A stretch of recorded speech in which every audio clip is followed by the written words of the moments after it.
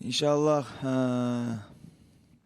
Xudo xolasa bu jangni yutsak, nasib bo'lsa o'sha Steve Ersek hozir top 10da o'rniga Xudo xolasa ko'tarilamiz degan umiddaman. Dalshe Xudo xolasa yana UFC kimga bersa, Xudo xolasa maqsad o'sha bitta chempionlik. Эрцик находится в 10-м рейтинге, победа над ним дает шанс мне еще дойти до титула быстрее. So Ercik is on the 10th ranking, so the win will give me to go to the title like sooner. Сейчас в топ-15 UFC вашего веса, в случае твоей победы над Эрцигом, будет два бойца из Центральной Азии. Это ты и Асу Алмабаев.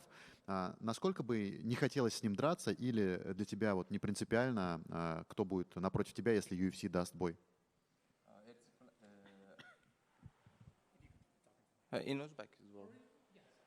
Asu Almabayev bilan yonma-yon ketyapsizlar, ya'ni Central Aziyadan birga chiqyapsizlar. Un bilan urushish senga qanchalik важный или un bilan urushging kelmaydimi o'zi shu bitta joydan bo'lganinglar uchun, Central Aziyadan bo'lganinglar uchun? Biza Asu bilan o'sha Centralni Qozog'iston, O'zbekiston bu o'zi SNG davlatlari, endi baribir biza bitta vesdamiz. Baribir bu narsani hech kim xohlamaydi jang qilishni. U bilan ham do'stmiz, o'rtoqmiz. Undan UFC bersa endi urushga majburmiz. Lekin shans bo'lsa, undan kuchlirog'ini bersa, bez problem jang qilaman.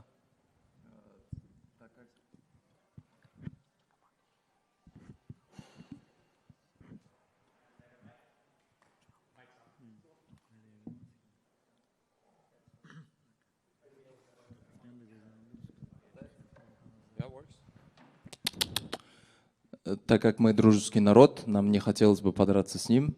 Мы в хороших отношениях с Асу. Если была бы возможность кого-то из выше него, я бы с радостью подрался бы с другим человеком. So we are like friends with Asu, so it's a bit like strange to fight with him. If UFC will give any top opponent about the Asu, so that would be great for me. И последнее от меня. Недавно Дана Уайт приезжал в Узбекистан на переговоры, и появились слухи о том, что UFC может пройти там.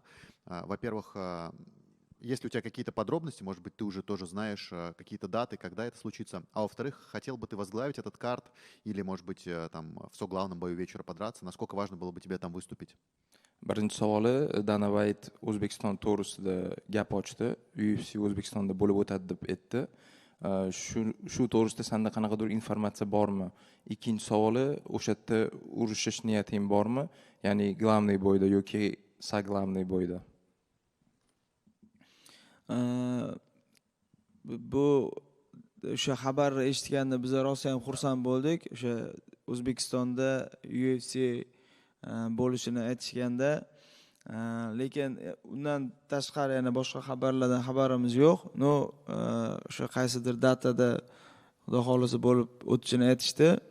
Juda ham xohlardim shu O'zbekistonda o'zimizni o'sha davlatimizda shu glavniy kartda inshaalloh mana shu jangni chiroyli tarzda o'tkazib, keyingi jang o'sha topdan yana zo'r bois bilan farqi yo'q, kim bo'lishidan qat'iy nazar O'zbekistonda glavniy bo'yda chiroyli jang ko'rsatish. Да, я слышал об этом, то, что UFC едет в Узбекистан, и мы были очень рады. У меня нету других информаций насчет, когда будет и где будет. Мне хотелось бы там подраться в главном бою и с хорошим оппонентом.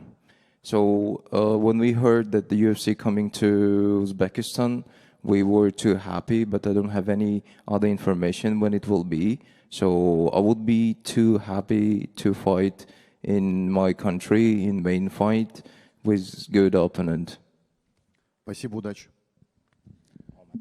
Hi Ramazan, Yusuf here. Steve Herzig, he has experience in fighting two former champs and a title contender. Where do you see the advantage or the strong points that you have and you can bring to the table? Stiv Ertsik ikkita bывший chempion bilan urushdi. Sani o'zingni kuchli tomoning qayerda deb o'ylaysan Stiv Ertsik ustidan?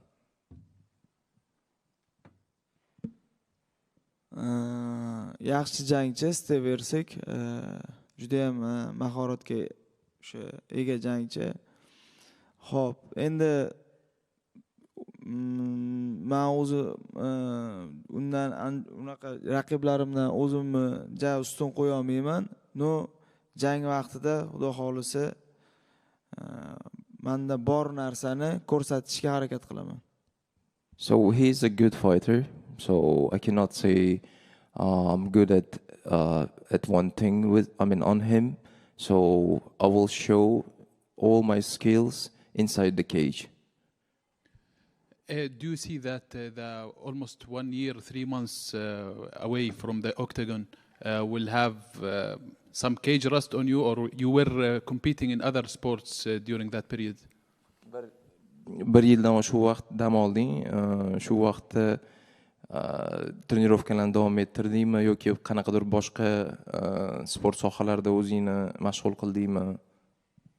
Ya'ni baribir tushganingiz. Biza o'sha 1 yil anaqada baribir trenirovka qildik. Hamma narsa o'zini vaqtida ketdi. Kamchiliklar ustida, xatolar ustida ishladik.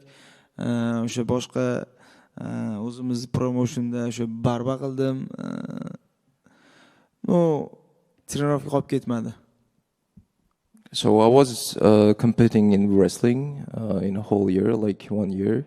So, and the training was good. So we worked on the skills, on the technique. So this year was like a big opportunity for me. Thank you, Ramazan. All the best.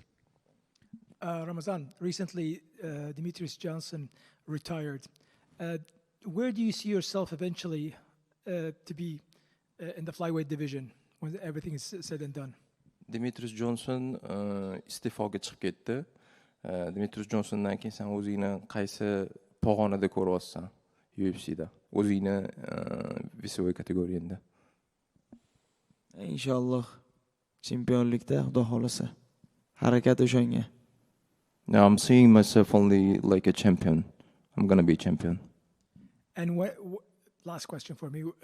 What are some of the flyweight fighters that you like to fight with? O'zingni весовой kategoriyangda qaysi jangchi bilan jang qilgan bo'larding? Bu jang sen uchun qaysi biri juda ham yaxshi bo'lardi?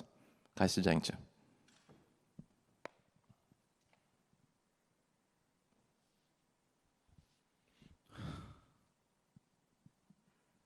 Joshua One. Only for Joshua One, I'm ready. At this moment. Chunki u ham stokada urushadigan jangchi va anaqa orqaga qaytadigan jangchi emas. Men ham xuddi shunaqa xudo xolasa juda chiroyli jang bo'lardi. Because he's also fighting like on standing, so he never goes back. So it would be a great matchup for us.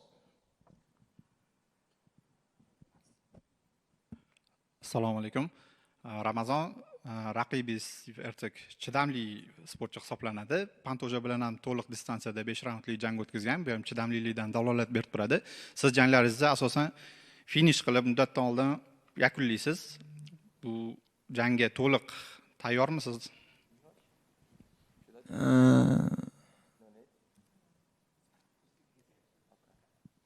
To'liq davom etishiga degan ma'noda so'rayman. Inshaalloh biz 3 raundli jangga nastroy qilib tayyorgarlik ko'rib chiqdik. O'sha tayyorgarligimiz ham 2 oy 3 oy tayyorgarligimiz ham 3 raundli jangga bo'ldi.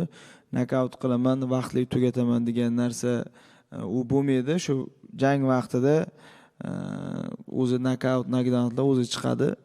Xudo xolasa jangda qo'limizdan kelgancha ko'rsatamiz. So So we are getting ready for the full distance. So the knockouts and other like submissions will come itself. So we are ready for the like 3 rounds.